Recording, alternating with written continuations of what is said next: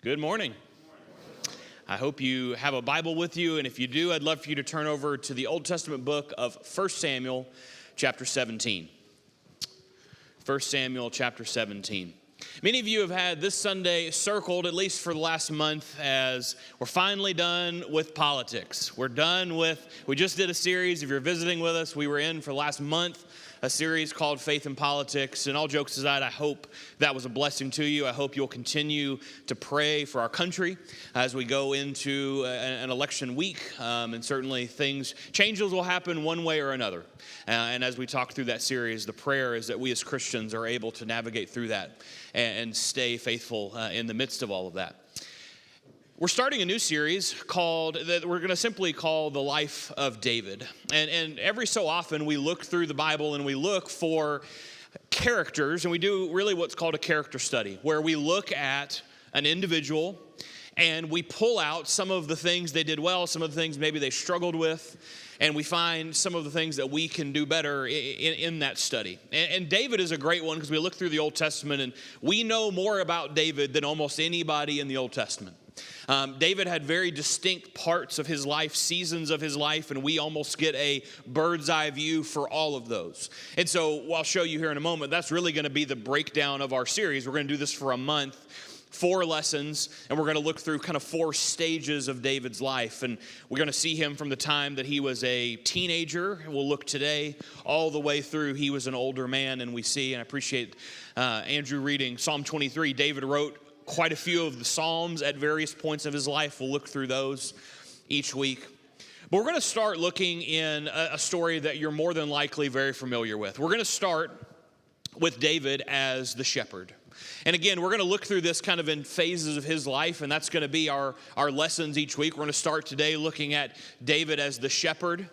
Next week, we're going to look at David as the fugitive. And you may remember, David is, and we'll touch on that briefly this morning, David gets picked to be king, but remember, he doesn't become king right away. He is the youngest of all brothers, and he is picked to be king above all his other brothers, and King Saul is already in power. And so Saul is ultimately going to really hate the idea that David is eventually going to become king. And the prophet Samuel tells him, listen, God has picked David to be the guy. And you can either help him in that, or you can feel God's wrath. And that's essentially what ends up happening. Saul has a son named Jonathan. David and Jonathan become great friends. We'll look more at that next week. So there's the fugitive portion of David's life, right? And then we get to the king. When David finally does become king, some of the stories that you're probably most familiar with about David happen during the time as king. But the irony is some of David's greatest triumphs happen as a shepherd, and some of his greatest failures happen as a king. And it all corresponds with how faithful David is to God. And David, you can almost track the correlation between David's success and his faithfulness to God. And we're going to look at each phase of this. But we're going to look through the lens, and if you got a bulletin today, you saw defeating the giant of fear.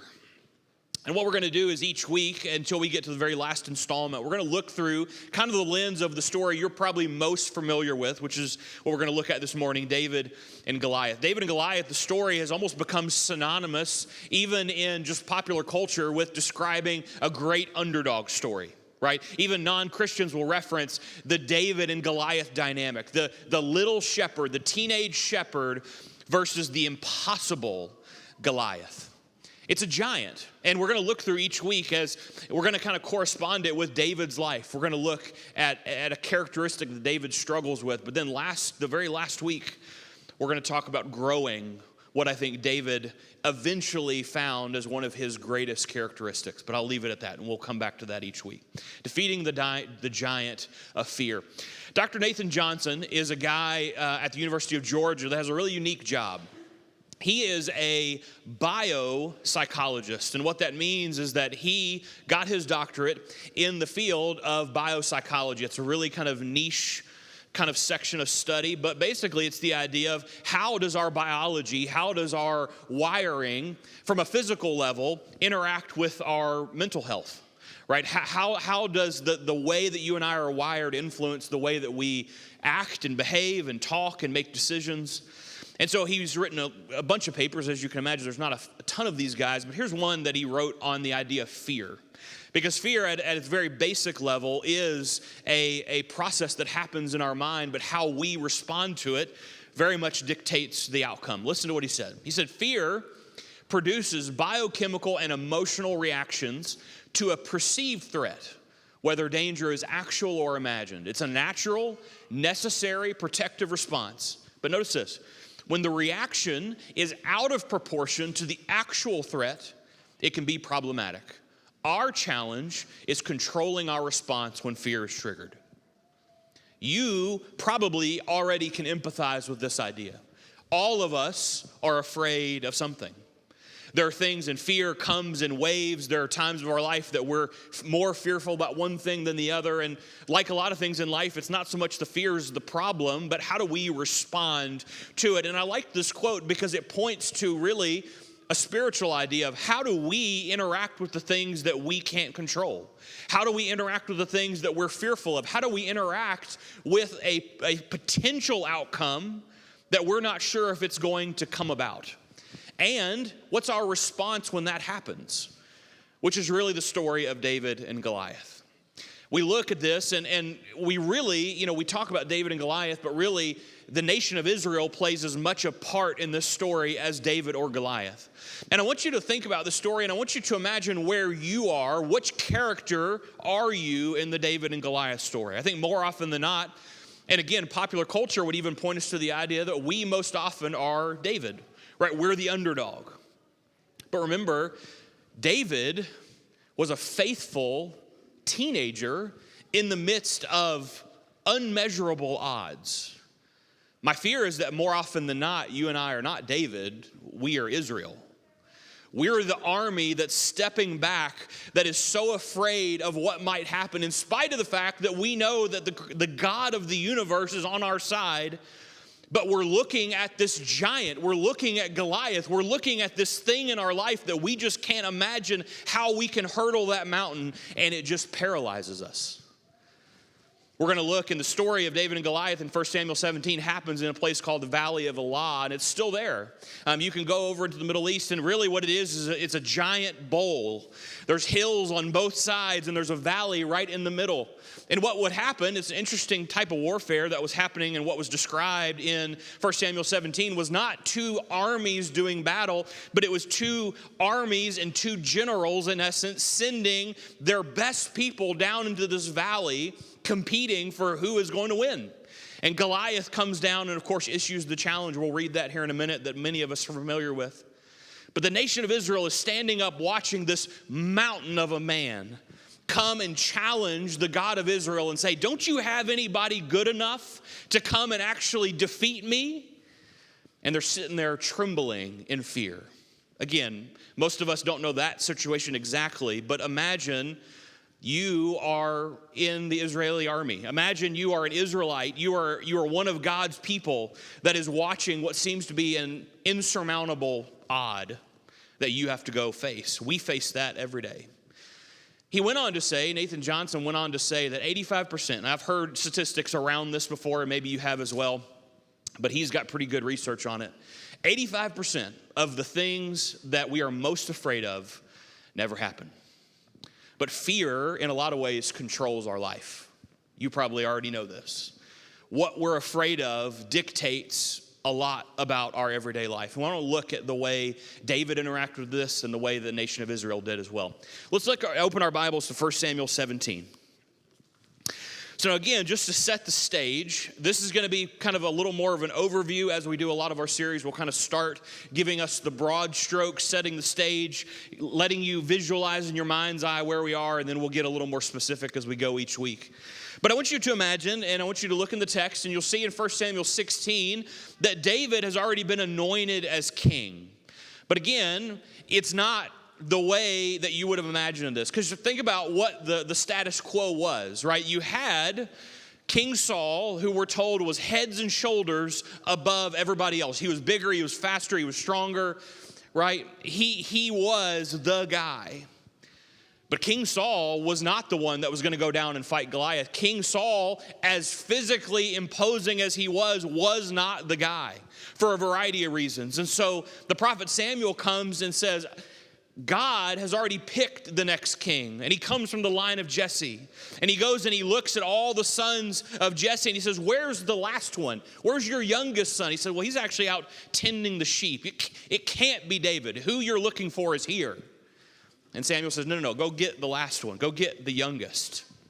And of course, he anoints, and he picks, he says, God has picked David to be. And there's lines in here, there's verses that you're very familiar with. Start in verse 6. When they came, he looked at Eliab, this was the oldest son, and thought, surely the Lord's anointed is before him. But the Lord said to Samuel, do not look on the appearance or the height of his stature, because I have rejected him. For the Lord sees not as man sees. Man looks on the outward appearance, but the Lord looks on the heart. Right, so now you've got really two potential kings of Israel. You've got Saul, who was the actual king. He looked the part.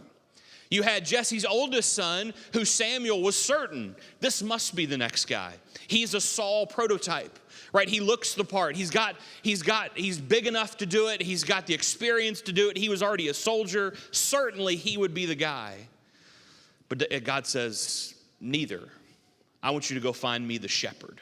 I want you to go find me David. And so David was appointed as king, and David came, and scripture tells us in verse 14 that the Spirit of the Lord departed from Saul. Now, we could do a whole lesson on that, but in essence, Saul's disobedience and he had been warned over and over again, you are falling further and further away from God, and if you keep going, God will remove you from where you are. And this is ultimately what happens. But he gets David to come into his service. And so David plays the harp, and it calms Saul for the time. And again, at that point, he meets Saul's son Jonathan. They become great friends. And so just remember all that, because it's going to lead us next week into the fugitive. Because there's going to come a time where Saul's going to say, well, that's all well and good, but I want to stay king. I want you to go find David, the one that's supposedly supposed to come and take my spot, and I want him dead. Which is not unusual. Kings have been doing that since the beginning of time. We're going to try to get out anybody who might overthrow me. Saul very much takes that posture. But chapter 17, now we finally honed in, is where we're going to take our text today. We're going to start in verse 4. Really, let's start in verse 3. The Philistines stood on the mountain on one side, and Israel stood on the mountain on the other, with a valley between them. If you want to go, and I tried to find a great picture, and I couldn't find one, but if you go and use Google Earth or any imaging software and type in the Valley of Elah, E-L-A-H, it's still very much there, and it looks exactly as it's described, right? It's a huge mountain on one side, it's a huge mountain on the other, and they literally walk down into the middle, and there's a battleground down in this valley. And so imagine being an Israelite on one side. And there came out from the camp of the Philistines a champion named Goliath of Gath, whose height was 6 cubits and a span. Now, two things about this that you may or may not know. We know this story a lot. Again, we teach this to our children. Goliath, there's a couple ways this could be, and there's some interesting literature on both. In the Philistine culture, Goliath was a name. It was a proper name. That could have been his name, but that was also a title. If you look back in antiquity, you look back in history, you'll find mentions of a Goliath, very similar to the way that Caesar or Pharaoh almost became the name, right?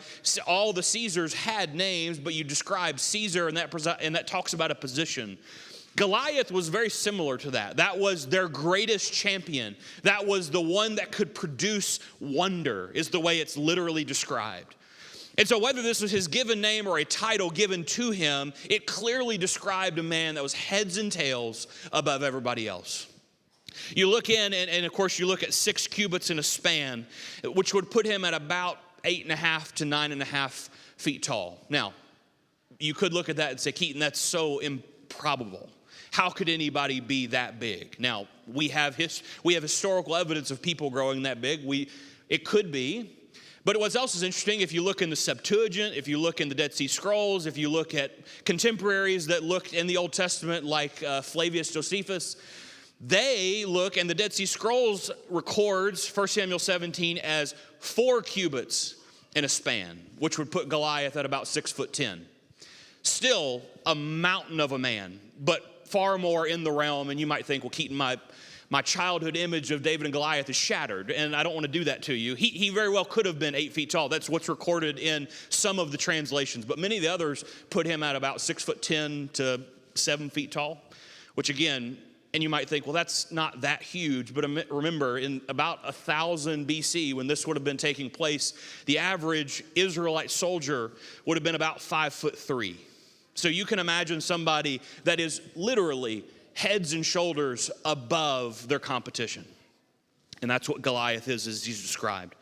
He had a helmet of bronze on his head, and he was armed with a coat of mail, and the weight of his coat was 5,000 shekels of bronze. And he had bronze armor on his legs, and a javelin of bronze slung between his shoulders. The shaft of his spear was like a weaver's beam, and the spear's head weighed 600 shekels of iron. Now, just do a little conversion for you. 600 shekels of iron is about 20 pounds. So I want you to imagine somebody having a javelin, and a weaver's beam is not a small, I think we always imagine like the handle of a shovel. That's similar, we see javelins depicted there. What a weaver's beam that's described here would have been much more comparable in diameter to like a 4x4. So if you imagine a 4x4 post that's holding up a deck, that's round, but imagine something about that thick with a 20-pound head of bronze on the end of this. And he used this in battle. So again, I want you to picture all this in your mind's eye. And then you've got little David, teenager shepherd David, that is over on the other side of the mountain watching this mountain of a man walk down day after day. He stood and he shouted to the ranks of Israel, "Why have you come out to draw me up to battle? Am I not a Philistine?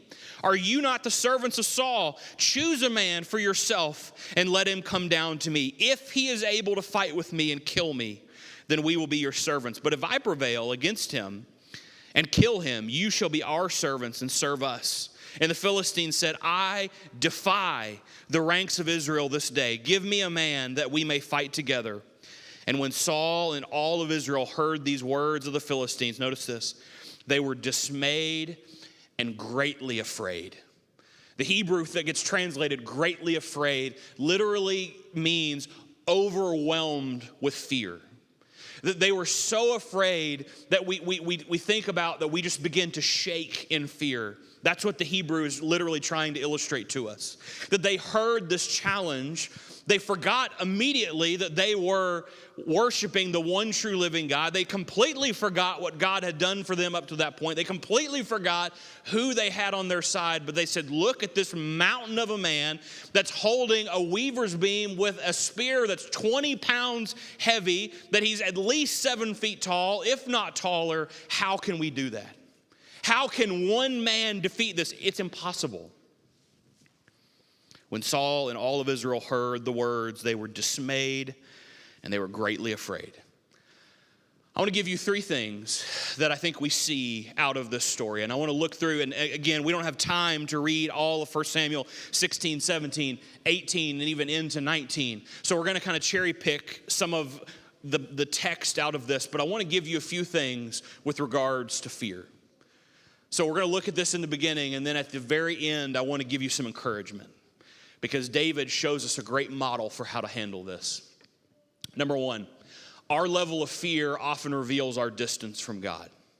I want you to think about this. Our level of fear often demonstrates and highlights to us our distance from God. That's not to say that there aren't things in our world that are worthy, that actually produce honest to goodness fear. There are things that we very much, again, you think back, fear is something that God wired within us. It's not a abnormal thing to be afraid. But we look at texts like 1 Samuel 17, and then we kind of parallel that out to our lives, and we say, do we have more fear in what I'm looking at, or do we have more confidence that we serve a God that's big enough to handle it?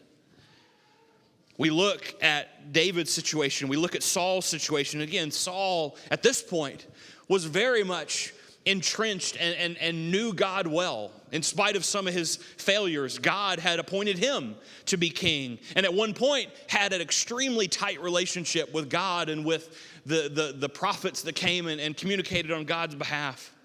Saul had seen God act. Saul had seen God win over and over again, but he looked at what his mind saw. He looked at what his eyes could perceive, and he left everything else on the sideline. He said, I can't imagine a world where Goliath could be defeated. You know, I read this and I thought, man, this is good. When others saw Goliath as an unbeatable opponent, David saw a target too big to miss. Friends, you know, the thought, the idea of mindset, it's kind of cliche, it gets pushed, it's kind of a hot button phrase within kind of Christianity and motivational speaking and things, and I don't want this to become that, but I do want you to recognize that how we view the world, our worldview, how we talked about this in our parable series, right? Are we going to view reality the way God views reality, right? Are we viewing problems as these are so big, it can't be solved? Or do we recognize it and say, hey, God is capable of handling any circumstance? Now, you've heard me say this over and over. God's not a genie. Just because we approach something that's difficult, just because we have something in our lives that is a Goliath of a problem, does not mean that God's going to snap his fingers and address it immediately. But the question is does the fear reign in our mind, or does the confidence knowing that if God chooses, God could handle that in a thought? Which one reigns supreme? Both of them can't be first in our minds. How do we approach looking at life? When others saw Goliath as an unbeatable opponent, David saw a target too big to miss. I thought about Matthew 14. If you want to flip over there very quickly. Our fear illustrates our distance from God, right? Maybe a better way to phrase that is the level of our fear, not just the fear itself, because there's plenty of things that we have every reason to be afraid of. But is fear guiding and controlling the ship, right? Is fear making the choices? Is fear number one in our minds because we can't get rid of it? And so every decision we make, everything we say, everything we think is dictated by the fear of something. Look at Matthew 14, starting in verse 29. This is a story you know well. This is Peter walking out on the water.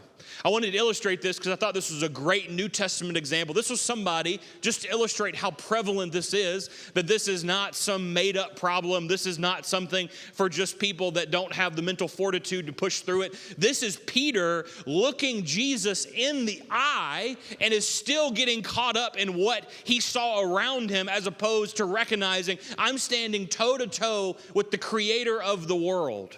But notice what he said.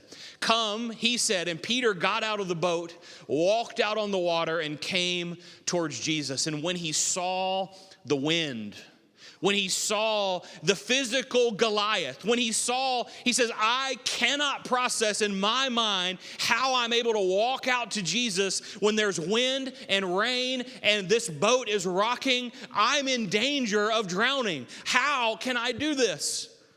That in that moment was his Goliath. He's looking down into the valley of Elah, seeing winds and rain that he cannot rectify in his mind. And he says, I cannot climb this mountain, even though he's looking right at the Messiah, the Son of the living God.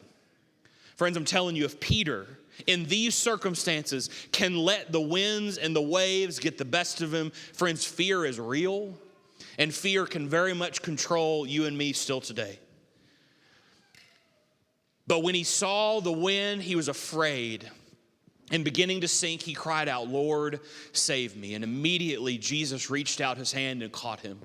You of little faith, he said, why do you doubt? Again, how do you and I view our Goliaths? Can't tell you that they're not going to be there. Can't even tell you that just because we have faith that God is going to immediately make everything go away. We could look equally in Scripture and find example after example of people that just had to deal with hardship, right? You think about, I think my favorite example is Job, right? Job God could have wiped everything away. God could have addressed everything immediately, but he didn't. But in the end, God ended up making everything right. And it's all about timeline. It's all about time frame, right? We just have the privilege of seeing Job's situation be resolved all within his lifetime. But recognize that the same justice that addressed Job's situation is still alive and well for you and me. That we may deal with things, we may deal with Goliath after Goliath on this side of eternity, but there will come a day, now it may not be in our lifetime, but there will come a day where God will fix it and rectify all the books and will reconcile it all just the way he did for Job, just the way he did for David. He will do that for you and me. He promised us that. But friends, we have to recognize, is fear guiding the ship? Or is faith in God guiding the ship for us? Number two, David was not after worldly glory. He was purely after God's.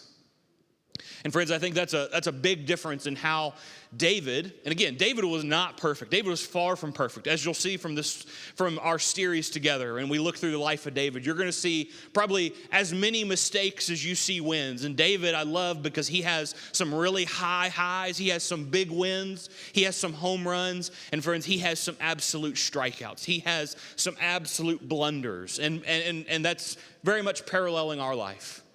But David was constantly after God's glory. Now, there were moments where he made mistakes, just like you and me.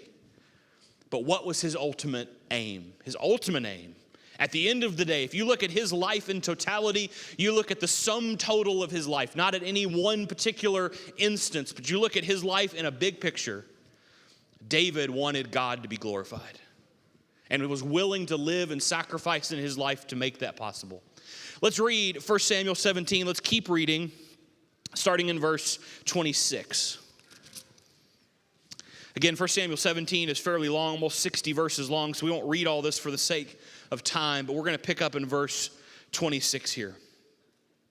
So again, this is continually looking at the champion, the Philistine of Gath, Goliath by name. And David said to the men who stood by him, "What shall be done for the man who kills this Philistine and takes away the reproach from Israel?"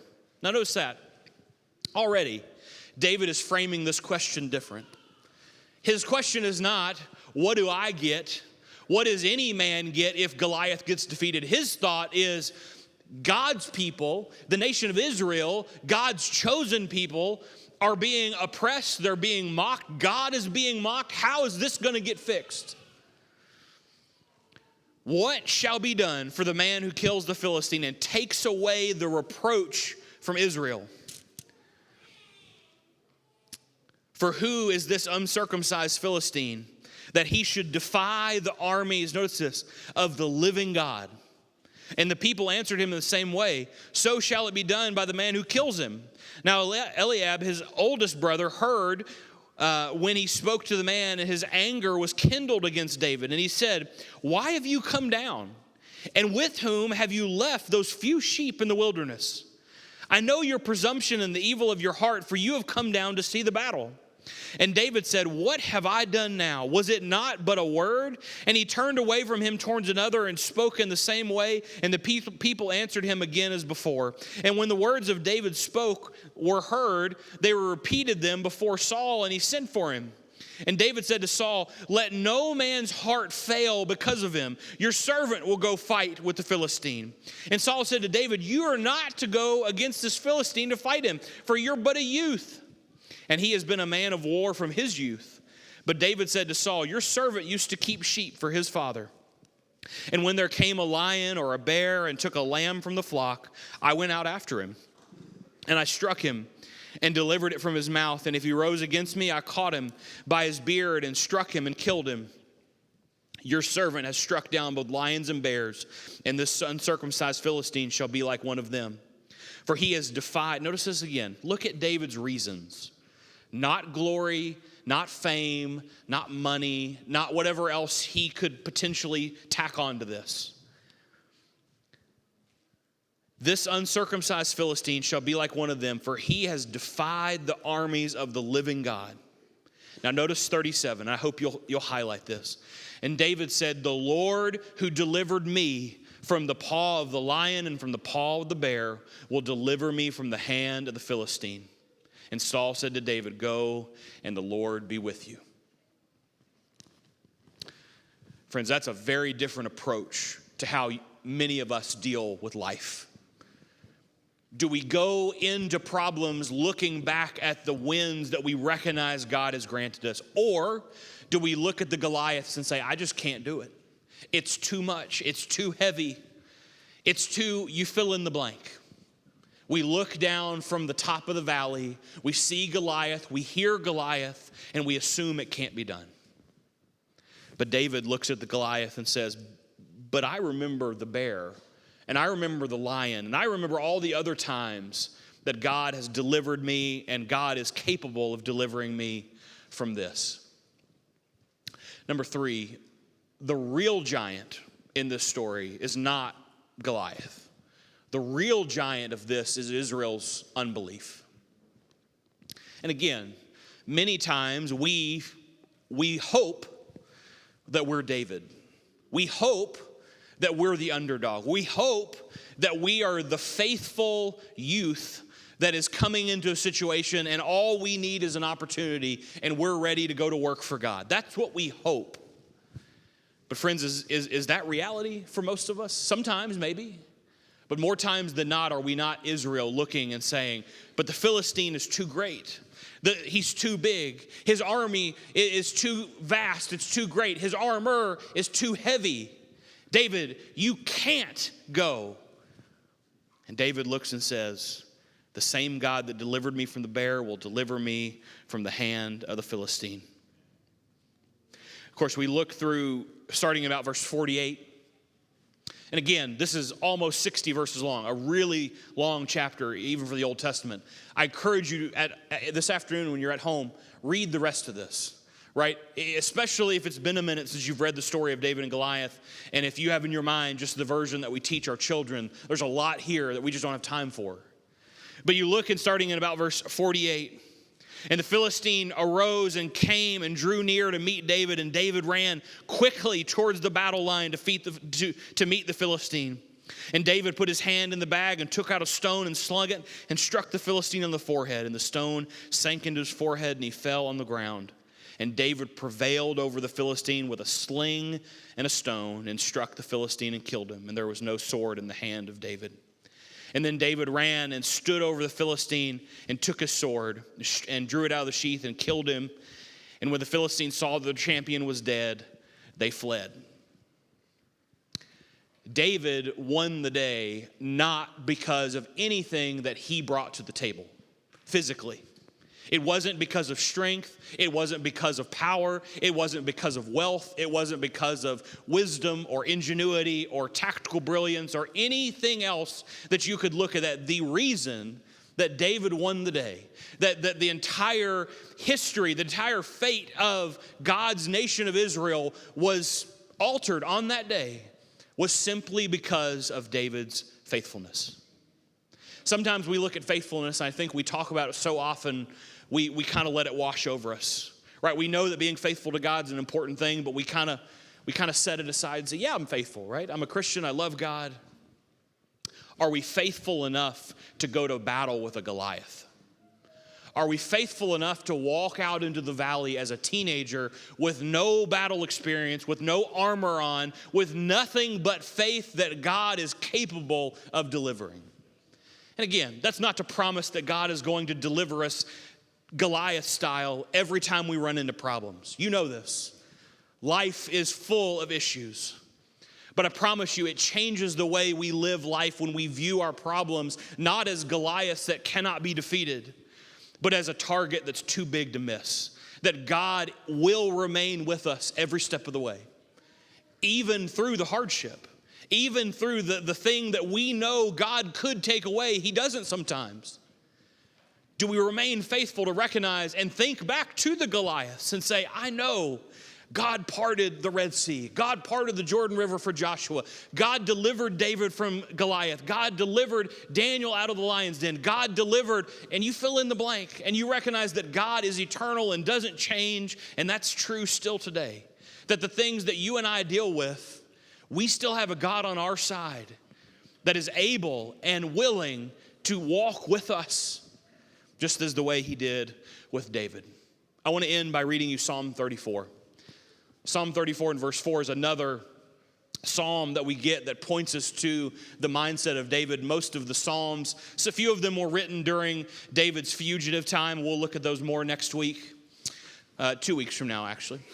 But many of the psalms that he wrote were much later in his life, and he was looking back on all of the things that happened, much in the same way that Solomon wrote Ecclesiastes much later in his life. Peter wrote 1st and 2nd Peter much later in his life. I love looking at these kind of hindsight letters, these hindsight writings that kind of look at the totality of life and give all the wisdom that they've learned along the way. Many of David's psalms are not dissimilar from that. He said, I sought the Lord and he answered me. Notice this, and I love this. And again, this is one verse out of an entirety of Psalm 34. Go read this. But David could have plugged anything in here. He delivered me from all my, and you could fill in a lot of blanks there.